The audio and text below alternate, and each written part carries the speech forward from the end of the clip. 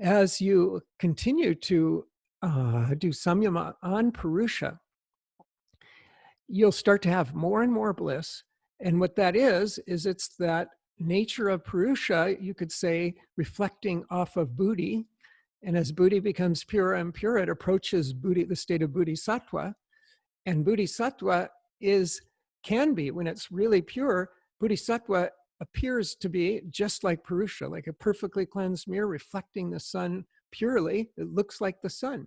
And so bodhisattva is like an ocean of awareness.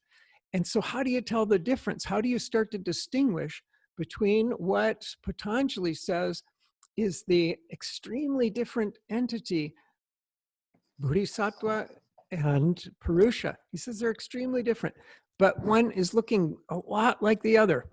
And so here's some little touchstones that can give you a hint, okay? So the first is, if there's any sense of personal satisfaction in that experience, a little bit like what you were talking about, Raj. So if there's any, sense of, I've really done it, or even just, oh, this feels so good, that might be what you were talking about, Moe.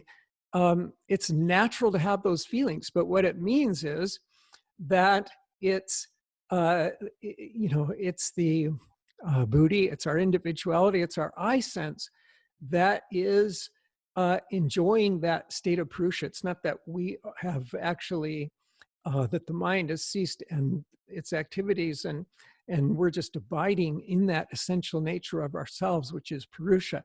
It's not yet that state, because it's like, it's like the light doesn't feel thrilled to be the light.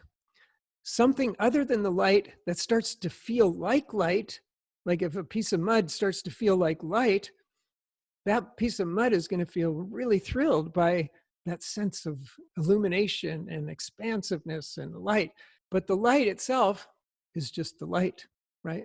So Purusha itself doesn't have that sense of satisfaction. So keep that in mind as a tip. And the reason I'm raising these points, not only to help you in your practice, but also because it's so important to maintain that understanding that it's only the ego that gets off on all this spiritual experience. The true, authentic spiritual experience doesn't bother with any of that. It's beyond that, okay? So the other thing is Purusha is not in time or space. So bodhisattva, even bodhisattva, is still in time and space. So Purusha is not, it's not here or there. It's not now or, before or later. There's no I located in time and space. It's completely out of time and space. So again, that's another way of saying the same thing. But what we're getting at is that it's transcendent. It's completely transcendent. It's immaculate. It's like above the ego, above the I sense, just like the sky is above the earth. It's completely transcendent. It's an open, wide open expanse that has nothing to do with the earth. That's the relationship between Purusha and Bodhisattva. So maybe some of these images can help you as you do this samyama on Purusha, and maybe accelerate your progress. So Socrates, in the West even, they have that. He said, know thyself. So in this investigation, we're investigating the sort of deepest level of know thyself. There's many levels to know thyself. You can know yourself psychologically, you can know yourself in relation to other people, you can know yourself in many ways, but this is the sort of ultimate truth of knowing yourself, because it's the innermost essence of you, which is awareness, right? It is simply awareness, which is the basis of all our experience. Every single experience we've had from birth until this moment is completely dependent upon the bed of awareness, that platform of awareness. And yet we don't know that.